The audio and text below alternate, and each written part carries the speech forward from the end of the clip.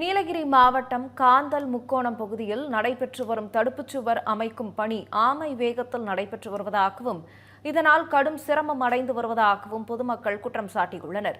இது தொடர்பாக செய்தியாளர் ஜெகதீஷ் வழங்கிய கூடுதல் தகவல்களை தற்போது கேட்கலாம். உதகை நகராட்சிக்குட்பட்ட காந்தல் முக்கோணம் பகுதியில இருந்து உதகை படகு இல்லம் செல்லும் சாலையான பகுதியில சாலை விரிவாக்கும் பணிகள் தேசிய நெடுஞ்சாலைத்துறை சார்பில் கடந்த 2 மாதங்களாக நடைபெற்று வருகிறது. இந்த பணியானது ஆமை வேகத்தில் நடைபெற்று வருவதாக இப்பகுதி மக்கள் குற்றம் சாட்டி வருகின்றனர். இது குறித்து நமது தமிழ் ஜனம் தொலைக்காட்சியில் கடந்த 31ஆம் தேதி விபத்துகள் ஏற்படும் அபாயம் உள்ளதாக செய்திகள் கூட வெளியிட்டிருந்தோம்.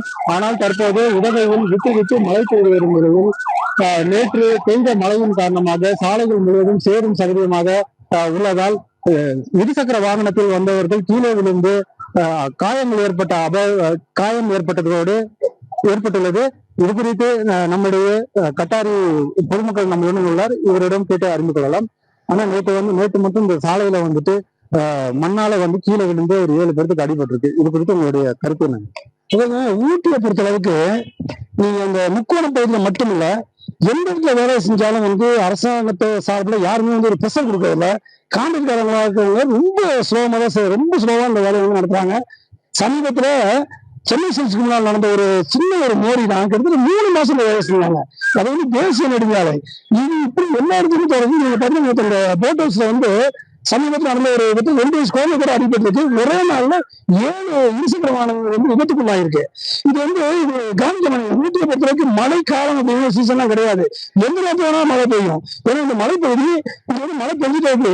இங்க ரோட நோண்டி போட்டு ஒரு 15 நாள்ல முடிக்க வேண்டியதெல்லாம் 3 மாசம் 4 மாசம் இழுக்கிறாங்க.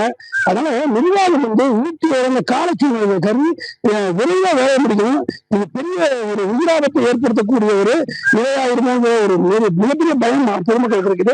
தயவு செய்து அரசாங்கம் நகராட்சி எல்லாமே சேர்ந்து உடனடியாக அந்த வேலை சரியா செய்யணும்னா விபத்துகள் செய்யணும். கரெக்டா ஒரு 10 நாள் பண்ணி செஞ்சு முடிச்சிடலாம். ஆனா அரசாங்கம் ஏன் இதை கண்டுக்க மாட்டேங்கிறது நமக்கு ரொம்ப வேதனையா இருக்குது. பணம் கொடுத்துறோம், நம்ம கவர்மெண்ட்ல இருக்க காசு காணி வேலை கொடுத்துறோம். ஏன் இவரை இழுத்து போட்டு வேலை செய்யறாங்க ரொம்ப வேதனைக்குரிய விஷயமாதான் இருக்கு. எனவே சாலையில் விபத்துகள் ஏற்பட்டு வாகன ஓட்டுநர்களுக்கு காயங்கள் ஏற்பட்டு வரும் நிலையில் இந்த சாலையை உடனடியாக நெடுஞ்சாலைத்துறையினரும் மாவட்ட நிர்வாகம் உடனடியாக நடவடிக்கை மேற்கொண்டு விரைந்து பணிகளை முடித்து தர வேண்டும் என்பதே உள்ளூர் மக்களின் கோரிக்கையாக உள்ளது. தமிழ் ஜனம் செய்திகளுக்காக உதகையிலிருந்து செய்தியாளர் ஜெகதீஷ். திண்டுக்கல் மாவட்டம் கொடைக்கானலில் அழிவின் தொடக்கத்தில் இருக்கக்கூடிய அவகாடோ மரத்தை அரசு மற்றும் தோட்டக்கலைத்துறை பாதுகாக்க வேண்டும் என விவசாயிகள் கோரிக்கை விடுத்துள்ளனர். இதுகுறித்து விவசாயிகளுடன் நமது செய்தியாளர் மணி நேதாஜி நடத்தும் கலந்துரையாடலை தற்போது பார்க்கலாம். திண்டுக்கல் மாவட்டம் கொடைக்கானல் மலைப்பகுதியில் தற்போது பார்த்தோம்னா விவசாயம் மட்டுமே பிரதான தொழிலாக இருந்து வருது. கொடைக்கானல் மலைப்பகுதியில் காய்கறி மட்டுமின்றி பழமும் விவசாயம் பண்ணிட்டு இருக்காங்க. இப்போ இதுல அவக்கடா அதிக அளவு விலை வீழ்ச்சியும் வரத்தும் குறைந்து காணப்படுகிறது. மேலும் இந்த அவக்கடா பழத்தில் தான் அதிகப்படியான அலங்கார பொருட்கள் காஸ்மெட்டிக்ஸ் தயாரிப்பானது தொடர்ந்து நடைபெற்று வருகிறது. இப்ப இந்த அவக்கடா மரங்கள் அழிவு பாதையை நோக்கி சென்று கொண்டு இருக்கிறது. மேலும் தற்போது அவக்கடா மரமானது பட்டுப்பை பூச்சிகள் தாக்கப்பட்டு வருகிறது. இதனால் 10க்கும் மேற்பட்ட மரங்களில் 7 மரங்கள் அழிவின் பாதையை நோக்கி சென்று கொண்டு இருக்கிறது. கிட்டத்தட்ட இந்த மரம் வச்சோம்னா 5 வருஷத்துக்கு அப்புறம் தான் பலன் கொடுக்கும். பலன் கொடுக்கும்ன்ற காரணத்தினால இப்போ பலன் கொடுக்குற 5 வருஷம் நாங்கள் அதை பாதுகாக்கணும். அதை பாதுகாத்து அதுக்கு சாணி போடணும், அதுக்கு என்னென்ன கெமிக்கல் கொடுக்கணுமோ கொடுத்து எல்லாமே பண்ணணும். பண்ணக்குள்ள என்னன்னு கேட்டால் 5 வருஷம் போது எங்களுக்கு 3 வருஷத்துக்கு அப்புறம் தான் எங்களுக்கு பலன் கொடுக்க ஆரம்பிக்கும். பலன் கொடுக்க ஆரம்பிக்கிற காலத்துல எங்களுக்கு என்ன ஒரு 50 கிலோ இல்லை 100 கிலோ கிடைக்கும். அதுக்கப்புறம் மரம் ஒரு 5 வருஷம் ஆயிடுச்சுன்னா ஒரு டன்னு 1.5 டன்னுக்குள்ள எங்களுக்கு கிடைக்கும்.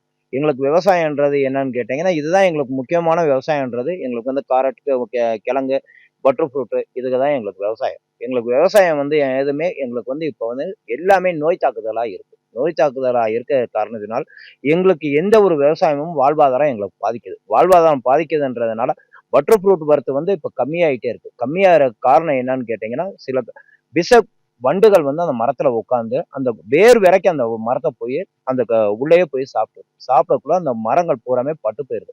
பட்டு போக எங்க வாழ்வாதாரம் பாதிக்குது. பாதிக்கிற காரணத்தினால எங்களுக்கு மற்ற தொழில் எங்களுக்கு தெரியாது. எங்களுக்கு தெரிஞ்சது விவசாயம் ஒண்ணுதான். விவசாயம் ஒண்ணு தெரியக்குள்ள எங்களுக்கு வந்து இந்த பழங்கள் கொடுக்குற மரங்கள் தான் எங்களுக்கு வந்து உயிர்நாடியாவே இருக்கு. அந்த உயிர்நாடியாக இருக்கக்கூடிய மரம் வந்து எங்களுக்கு பூராமே எங்களுக்கு பிள்ளைகள் மாதிரி வச்சு பாதுகாத்த மரம் எங்களுக்கு பட்டு போகுது. எங்களுக்கு பலன் கொடுக்காம போகுதுன்னும் போது எங்களுக்கு ரொம்ப மன உளைச்சலா இருக்கு. இதுல வந்து இந்த வேளாண்மை துறையில இருந்து நாங்க போய் கேட்டதுக்கு அவங்க என்ன சொல்றாங்க, வேப்ப முன்னாக்கும் சுண்ணாம்பு மட்டும் போடுங்க. அது சரியா போகுன்றாங்க. அது சரியா போகும்னா அது போட்டும் மரம் வந்து மேலும் பட்டு தான் போகுதே, அந்த மரம் வந்து பலன் கொடுக்க மாட்டுது. எங்களுக்கு பலன் கொடுக்குற மாரி இப்ப வந்து போன வருஷம் வந்து எங்களுக்கு இந்த மரம் வந்து எங்களுக்கு 1 டன்னு குடுத்துச்சு. இந்த வருஷம் என்னன்னு பார்த்தீங்கன்னா, எங்களுக்கு மீறி போனா ஒரு 100 கிலோ தான் இருக்கும். அப்படின்னும்போது எங்க வாழ்வாதாரம் பாதிக்கும். எங்கள் மக்கள் படிப்பு எங்க பிள்ளைகள படிக்க வைக்க முடியல. எங்க பிள்ளைகள் படிப்பு செலவு எல்லாமே இதெல்லாம் கொண்டு போக வேண்டியது இருக்கு.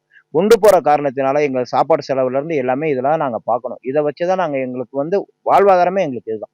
ஐயா முதலமைச்சர் அவர்கள் இதுக்கு விரைந்து எங்களுக்கு ஒரு நல்ல தீர்வை எடுத்து, எங்களுக்கு அந்த மரங்களை பாதுகாத்து, இந்த விவசாயிகளை பாதுகாத்து குடுக்கும்படி உங்களை பணிவன்புடன் கேட்டுக்கொள்கிறேன். இப்ப நம்ம விவசாயி சொன்னதை கேட்டோம். இவங்க வந்து விவசாயம் பண்ற அவக்கடா பழம் வந்து நம்ம உள்ளூர் மாவட்டம் மட்டும் இல்லாம வெளியூர் மாநிலங்களுக்கும் வந்து எக்ஸ்போர்ட், இம்போர்ட் பண்ணிட்டு வந்துட்டு இருக்காங்க. இப்ப இவங்களுக்கு வந்து தமிழக அரசும், தோட்டக்கலைத்துறையும் விரைந்து ஒரு தீர்வை ஏற்படுத்தி குடுக்கணும்னு சொல்லி அவங்க கேட்டுக்கிறாங்க. தமிழ் ஜனம் செய்திகளுக்காக கொடைக்கானல் செய்தியாளர் மணி நேதாஜியுடன் ஒளிப்பதிவாளர் பிரகாஷ்.